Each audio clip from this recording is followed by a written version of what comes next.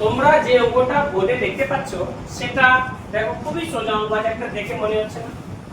এই অঙ্কগুলা আমাদের রাজ্যের পরীক্ষার মধ্যে ডব্লিউবিপি, আইসিডিএস এবং বিভিন্ন ধরনের एग्जाम আছে, রেলওয়েতে আছে, এসএসসি জিডিতে আছে, প্রত্যেক পরীক্ষায় এই অঙ্কটা আসে।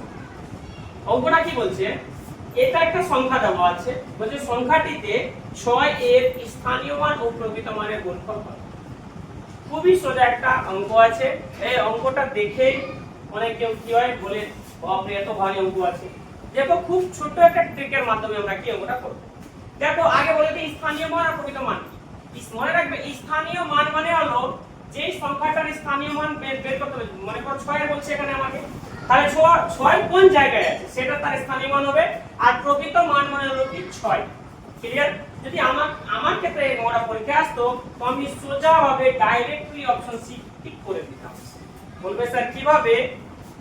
এইভাবে করতাম, যেহেতু 6 এর স্থানীয় মান এবং প্রকৃত মানের গুণফল বের করতে বলছে, তো आंसरটা 6 এর মাল্টিপলই হবে।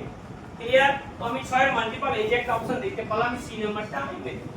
ক্লিয়ার? কিন্তু তোমাদেরকে তো শিখতে হবে নাকি না? দেখো কি হবে তো, হ্যাঁ এবার মনে করো চারটা অপশনই দিয়ে দিত 6 মাল্টিপল, তখন গন্ডগোল হয়ে যেত। তার জন্য করব কিভাবে আমরা? দেখো খুব সোজা, আগে 6 এর স্থানীয় মান বের করো। স্যার 6 এর পরে কটা অঙ্ক আছে? 3টা। 6 এর পরে 3টা অঙ্ক নিয়ে নাও তুমি, মানে 3টা জিরো নিয়ে নাও, তাহলে 6000 হলো। এটা স্থানীয় মান।